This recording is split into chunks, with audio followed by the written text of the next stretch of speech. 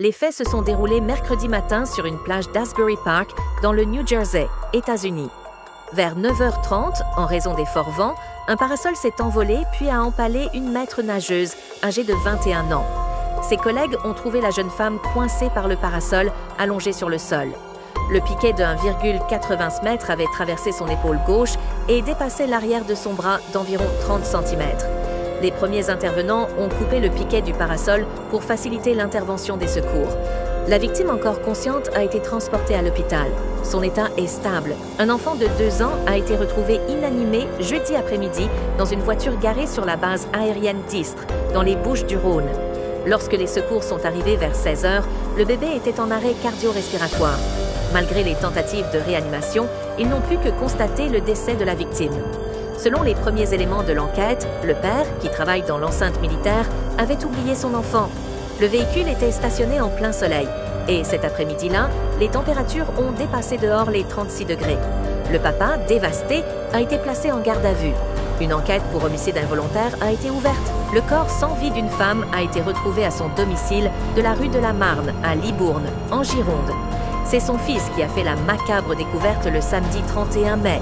La victime, âgée de 48 ans, présentait une plaie provoquée par arme blanche au niveau de la gorge. Le lendemain, les policiers ont retrouvé un couteau ensanglanté dans une bouche d'égout. Un ADN a été prélevé sur l'arme du crime et a matché avec le profil d'un jeune homme impliqué dans un cambriolage commis dans le même secteur, quelques jours après le meurtre.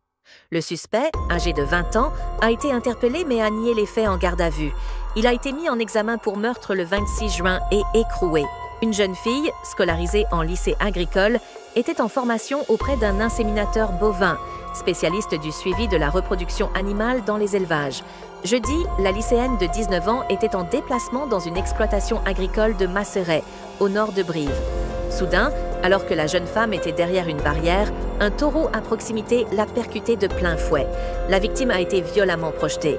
Lorsque les secours sont arrivés sur les lieux, la jeune fille était grièvement blessée à la tête. Malgré les tentatives de réanimation, elle a été déclarée décédée sur place. « C'est un drame terrible », a réagi le maire de la commune, Bernard Roux.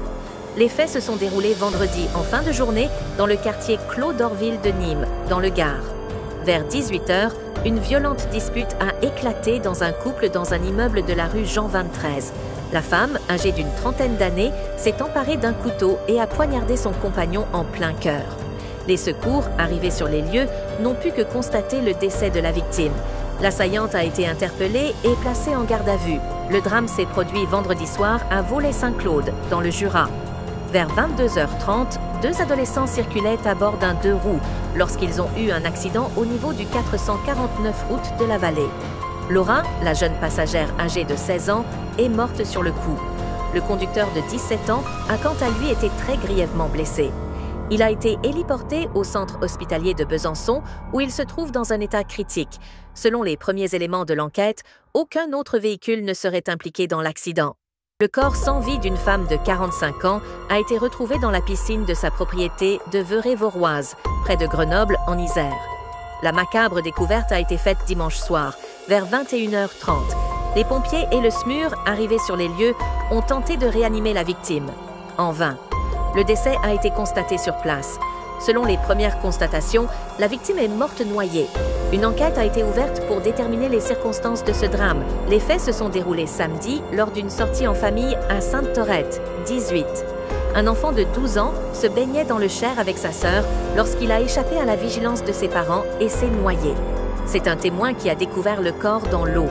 Les secours, arrivés sur les lieux, ont tenté de réanimer la victime. En vain. Le décès a été constaté sur place. Un obstacle médico-légal a été posé par le médecin. Une autopsie sera pratiquée. Les gendarmes sont chargés de l'enquête. Le corps sans vie d'une femme de 80 ans a été retrouvé lundi soir à son domicile de Montreuil, en Seine-Saint-Denis. C'est son fils qui, inquiet que sa mère ne réponde plus au téléphone, a donné l'alerte. Les pompiers sont alors entrés dans l'appartement de l'octogénaire vers 21 h et ont fait la macabre découverte. La victime gisait allongée sur son lit avec un pic à brochette planté dans le thorax. L'octogénaire vivait a priori seul. Les enquêteurs n'ont relevé aucune trace d'effraction. Une autopsie sera pratiquée pour déterminer les causes de la mort.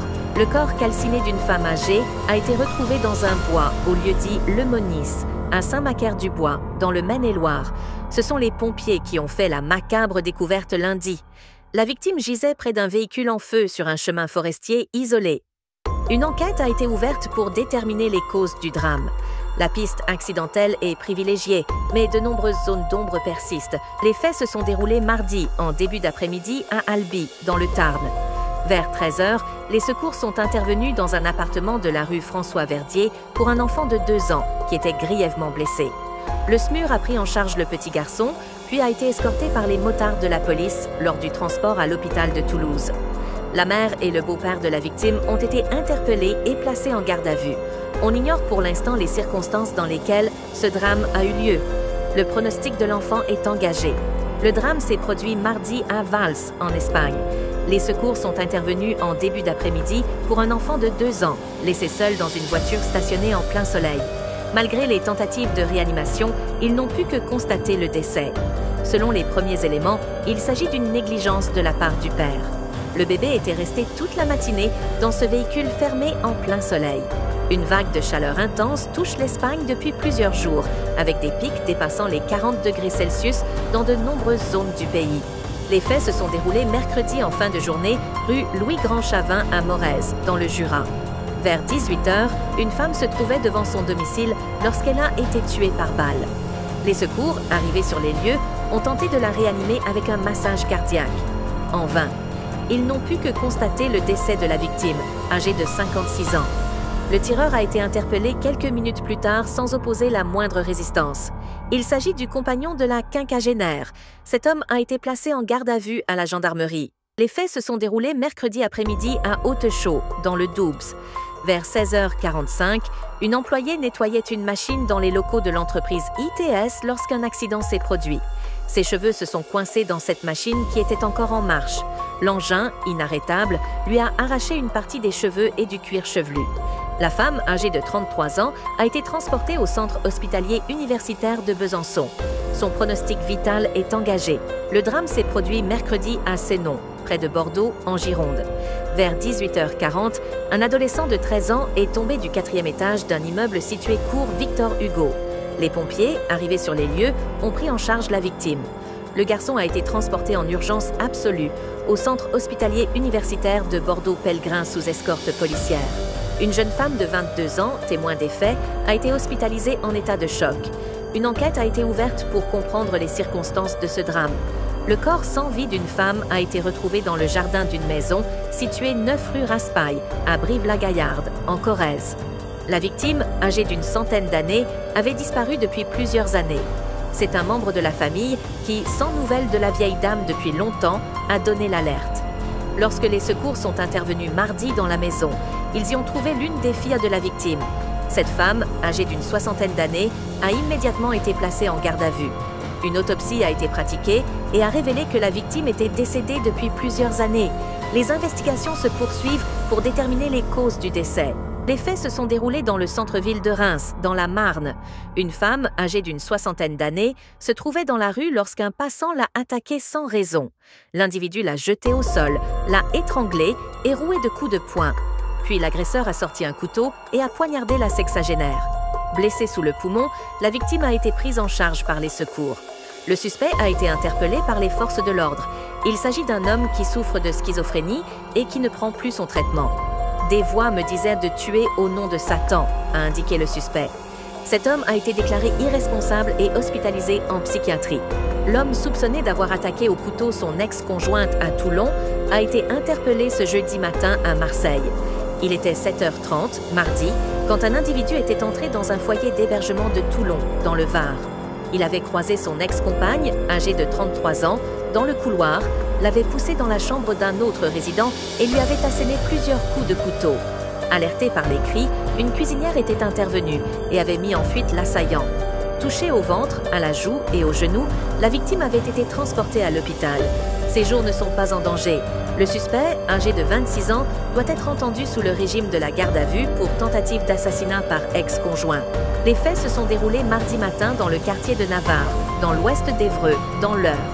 Vers 7 h 30, une femme se trouvait rue Jeanne d'Arc lorsqu'elle a été tuée par arme blanche. Les secours n'ont pu que constater le décès de la victime. L'auteur des faits a rapidement été interpellé et placé en garde à vue. Un différend de voisinage serait à l'origine de ce drame. Le commissariat de police d'Évreux est chargé des investigations. Les faits se sont déroulés dans la nuit de vendredi à samedi à Bordeaux, en Gironde. Vers 4h30 du matin, un jeune homme de 25 ans se trouvait à un arrêt de tramway, place de la Victoire, lorsqu'il a été abordé par un individu. Ce dernier lui a demandé une cigarette et il a refusé. Ce marginal a alors sorti un couteau et l'a poignardé à 2 reprises. Touché au poignet et au torse, la victime a été transportée au CHU de Bordeaux. Ses jours ne sont pas en danger. Son agresseur, qui a pris la fuite, a été identifié dimanche soir grâce à la vidéosurveillance. Ce SDF, âgé de 35 ans, a été interpellé et placé en garde à vue.